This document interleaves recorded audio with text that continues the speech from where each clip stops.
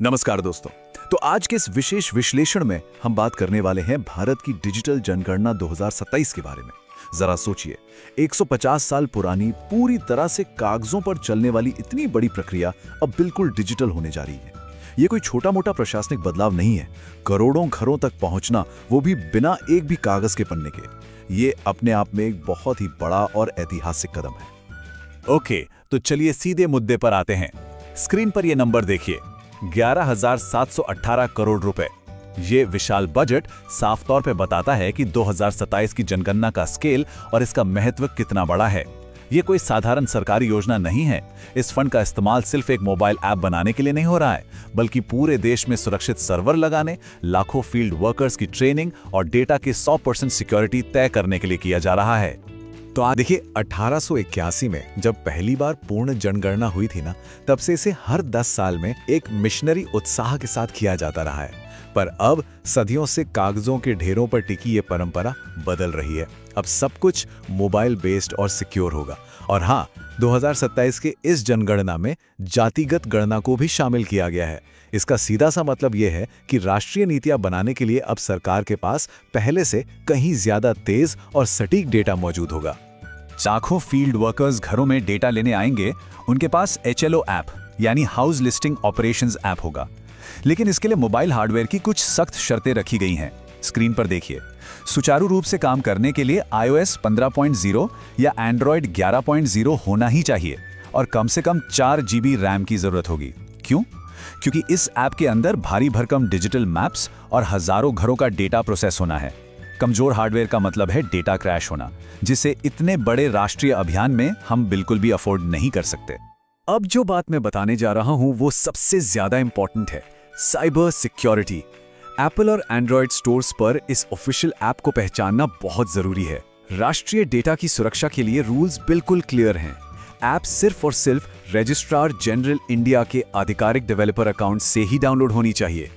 Internet पर मौजूद किसी भी मिलती जुलती या नकली ऐप से बचना बहुत जरूरी है, क्योंकि आखिरकार ये देश के हर नागरिक की प्राइवेसी का सवाल है।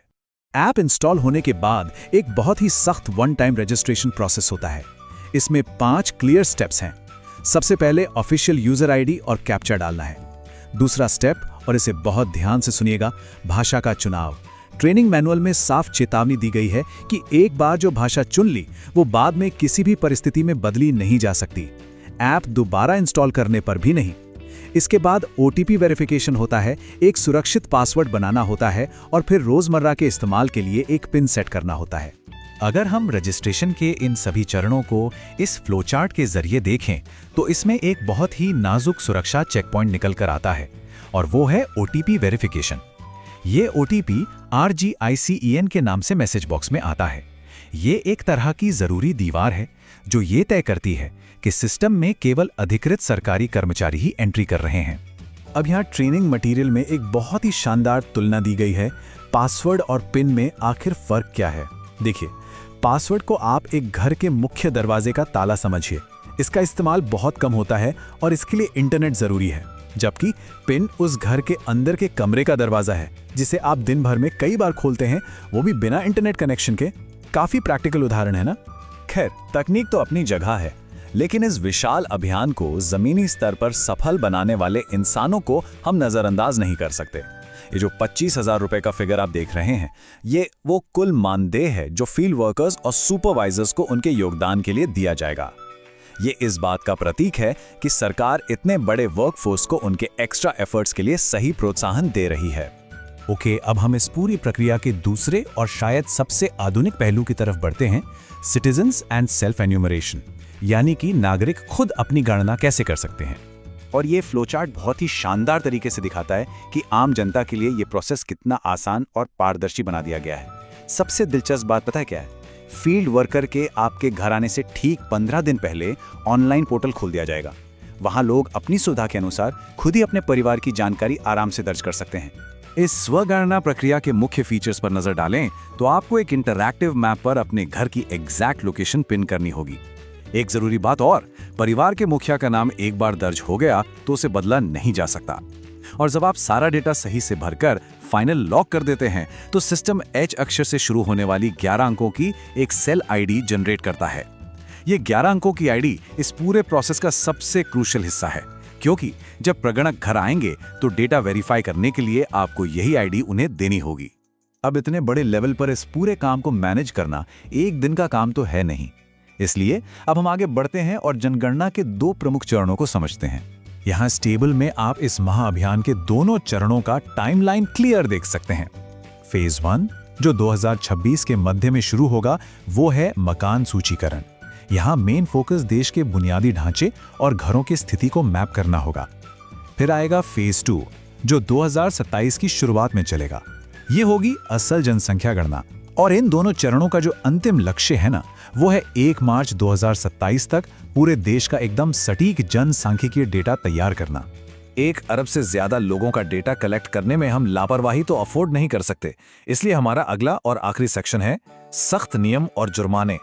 देखिए, जनगणना अधिनियम 1948 की धारा 11 के तहत नियम बहुत सख्त हैं। जैसे अगर कोई किसी अधिकारी के काम में रुकावट डालता है, जानबूझकर गलत जानकारी देता है, उन्हें अपने घर में आने से रोकता है या फिर दीवारों पर पेंट किए गए जनगणना नंबरों से छेड़छाड़ करता है, तो ये कानून का बहुत गंभीर उल्लंघन है। इसके लिए पेनाल्टीज तय हैं, 1000 रुपए तक का जुर्माना और कुछ मामलों में 3 साल तक की जेल भी हो सकती है।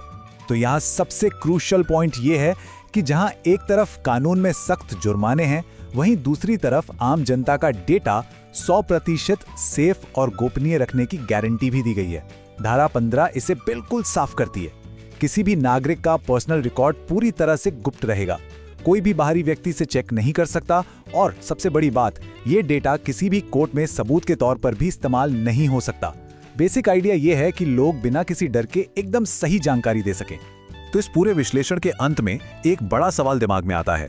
अगर कागजों पर चलने वाली 150 साल पुरानी एक विशाल व्यवस्था पूरी तरह से बदलकर 1 अरब से अधिक लोगों का एक सुरक्षित डिजिटल डेटाबेस बन सकती है, तो राष्ट्रीय प्रशासन के और ऐसे कौन से हिस्से हैं जो अब पूरी तरह से डिजिटल क्रांति के लिए तैयार हैं?